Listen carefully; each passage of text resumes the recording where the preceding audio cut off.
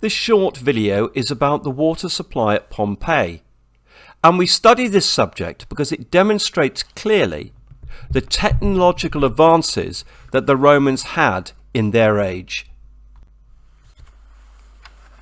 When we consider Roman water supply, we think of the aqueducts, literally water channels. Aqueducts brought precious water into Roman cities and towns downhill under gravity, using a gentle gradient, often over many miles. Most aqueducts were channels of stone and wood buried beneath the ground and following hill contours. And you can see this on the two pictures on the right, with a wooden lid, the wood-lined channel and stones either side. And on the left-hand side you can see a picture of an aqueduct in a hillside in Dorchester in South England, and where the red line is where the aqueduct is along the hillside. Where there were lowlands or valleys, they had to come up with different solutions. And here you can see on the left the construction of an impressive set of stone arches on which the aqueduct, the channels, are placed at the top. The engineers here were probably soldiers from the Roman legions. On the top right you can see the Pont de Garde in France, in southern France, which is an impressive aqueduct which is still seen today. In the Vesuvius area, including Pompeii of course, was the Aqua Augusta, which was an impressive aqueduct, and the remains can still be seen in Naples today. So the water reached Pompeii in the aqueduct called the Aquae Augusta, and it fed into the Castellum Divisiorum, the dividing castle, also known as the Castellum Aquae. These titles betray what this building was for. It divided up the water. You can see its location with the red arrow on the map of Pompeii. It's right at the top of the city, at the Vesuvius Gate, closest to the volcano and therefore highest. Down below on the right hand side you can see how the water was divided up into three things. Firstly, the public fountains down the middle, then the public baths, and finally private houses. If scarce, water could be shut off or reduced to one or two of these areas, but it was always prioritized in this order to ensure that the essential public fountains were always supplied. This is where everyone, particularly common people, got their water from.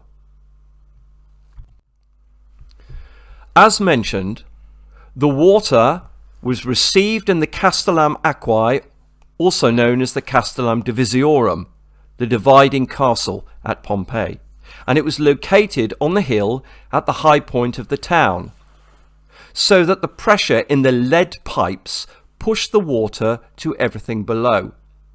You can see some of those lead pipes in the image on the right hand side, and bear in mind that lead most likely came from the Roman province of Britannia, which is now known as the British Isles.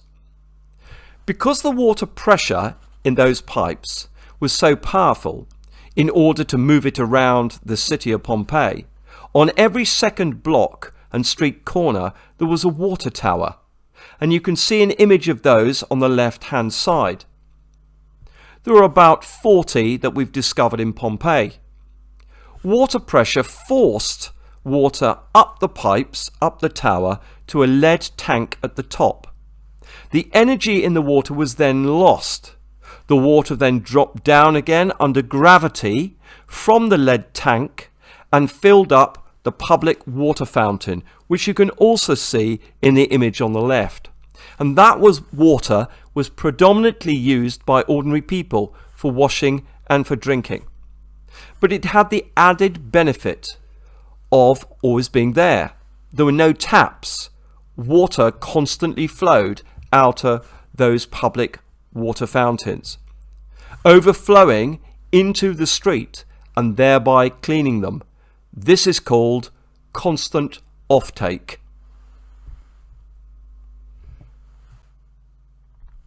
Here is a map of Pompeii, and here you can see the water towers and the public fountains which have been found already. There were many of them.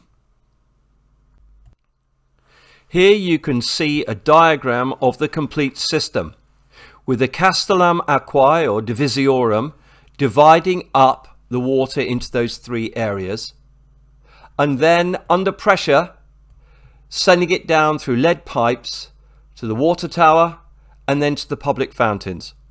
In the bottom right hand corner you see the word insula, which simply means a city block.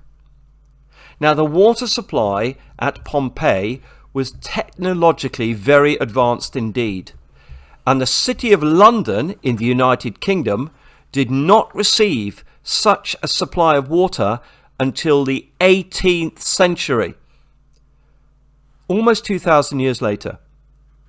Not only were public fountains and baths supplied, but rich Pompeians could also pay for their own private water, for their own private baths, and fountains in their own private gardens.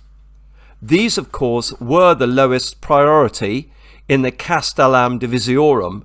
Nevertheless, they existed. Before the Aqua Augusta aqueduct was built to Pompeii, and also in times of drought, there were three other sources of water. The first was wells that the locals dug through volcanic rock. That can't have been an easy task. An easier task would have been going to the River Sarno, the local river, and getting a bucket and literally dredging out the water and taking it home. And lastly, you can see on the right hand side, the impluvium. This was a low pool found in larger houses below an open roof and collected rainwater. And here is the image of where it was placed, in the main reception room called the atrium. Before we end this short video on the water supply in Pompeii, we ought to mention the sewers, which is where water and much rubbish ended up. In Pompeii and Herculaneum, they were both technologically advanced, but they were different. The left-hand image shows the sewer in Pompeii. The water and much rubbish was left in the roads, and through constant offtake was taken through the drains, which left holes down into the sewer below. And there you see the image. And that is where the water, we believe, and the rubbish sat, in what we would now call a huge septic tank. It literally sat there and rotted down. It did not lead into the sea.